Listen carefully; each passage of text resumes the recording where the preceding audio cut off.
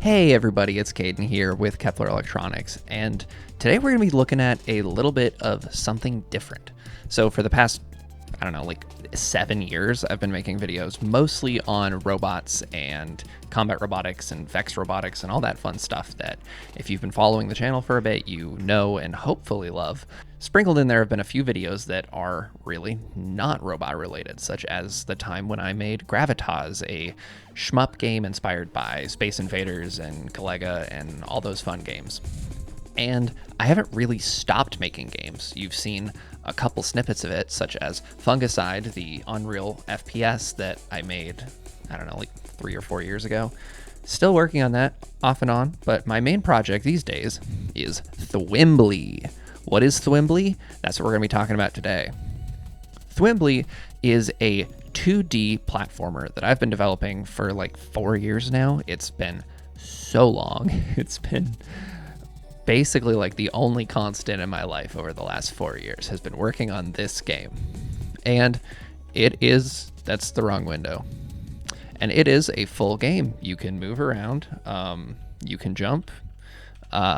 It's hard to play the game when you're holding a microphone, so I'm going to superimpose some footage right now because that's going to make things a lot easier to see. But it's really been a game that I've been working on for a very, very long time. Thwimbly is one of very, very few games that are of a commercial game scope made in the framework TIC80. If you're familiar with Pico 8, maybe from the Mojang game jams that they've done, or from the Celeste demo, or any number of other games made in Pico 8, it's very similar to Pico 8. If you're not familiar with Pico 8, then basically it's a game engine or framework that imposes a set of arbitrary restrictions on your games, such as you can only have a 240 by 136 pixel resolution display. You can only have so many colors. It's supposed to be 16, but there's some ways that you can kind of cheat the system, and I think this screenshot probably has 20, 23. I haven't actually bothered to count. Maybe I will. Maybe I won't. It also imposes a hard limit on code size. You can only have 512K of code, and you can only have so much map space. The main reason that I decided to go with TIC80 over a more general game engine like GameMaker or Unity or even Love 2D was that everything is built in. It's got a built-in code editor. It's very low res, but I've been using it for 4 years. It's got a built-in sprite editor. It's got a built-in map editor. It's got sound effects. It's got music, and all of that is in this pretty cohesive little package. And the best part about it is that all I need to do is just edit something, change it around, flip it, and then hit Control R, and all of a sudden I'm back in the swing of things and I can test my game as much as I want. It's great. Let's talk a little bit more about Thwimbly. Who is Thwimbly? Thwimbly is a little purple ball. Right now he's wearing 3D glasses, but he could be wearing any number of fun and or cursed hats that I have added into this game. Thwimbly can move. He can walk, he can jump, and most importantly, he can pick up objects. Let's talk a little bit about the design ethos of Thwimbly. Thwimbly is designed to be a mechanics-first 2D platformer.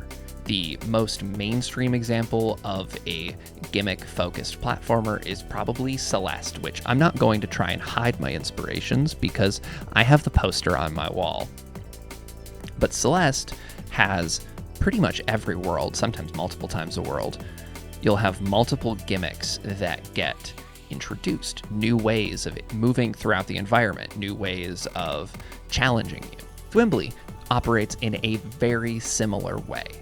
In the first world, we've got the first level, which introduces you've got to avoid the munchers. You got to not get eaten by these deadly plants. You've also got good flowers, these bounce flowers that will bounce you up and give you height or horizontal velocity. In the second level, you've got butternut squash that you can throw at plants that can bounce on top of other plants. In the third level, you've got on-off blocks. In the fourth level, you've got key blocks that you have to collect, and a boss. We'll talk about the boss at some point, I'm sure. And the list goes on. Almost every level is introducing 1 to 2 new mechanics. And that's because the mechanics are my favorite part of a 2D platformer. It's figuring out how I can use these mechanics to gain as much speed as possible, to gain as much height as possible, to go as fast as possible, to do all sorts of cool moves. The other main rule underpinning all of the mechanical design in Thwimbly was that I wanted all of the mechanics to work together in fun ways that allow you to create really cool challenges reminiscent of custom levels for Celeste or custom levels for Super Mario World. If you're familiar with the term Kaizo, I wanted all of the mechanics to be able to be used in a Kaizo context without really having any major problems with that. And even though the main levels don't require Kaizo-type challenge from the player, there are secret challenges that do, and I have some plans for potentially releasing a second secret campaign or bonus campaign that does require that of the player, and I think that'd be really, really fun. So what's left for Thwimbly? I've been working on this game for 4 years. What's left? There's actually kind of frustratingly a lot of stuff to do. The first step is finishing off the next version of the demo. I basically rewrote the entire game from the ground up, adding story, different mechanics, a boss, and I'm going to be sharing that on my itch.io page pretty soon, so stay tuned for that. And the goal for that demo is to answer a lot of the questions that I've been having with the movement. Is the jump too high? Is the player too fast? Is the low jump too low? Do you have enough vertical control? Is everything too slidey? Are the levels too hard? Are they too easy? Should they be harder? Should they be easier? All of that stuff. And the plan, once I get all that feedback, is to incorporate it into the demo. Again, make a new version of it.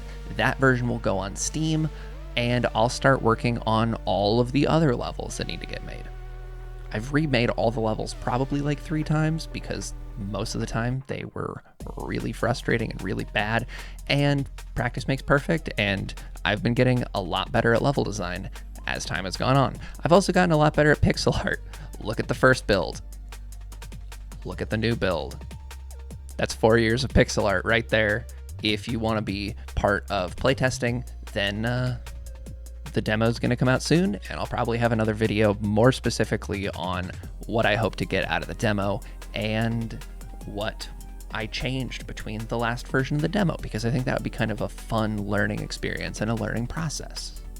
This game has, when it's all said and done, is going to have taken longer than my undergraduate degree, and that's kind of concerning.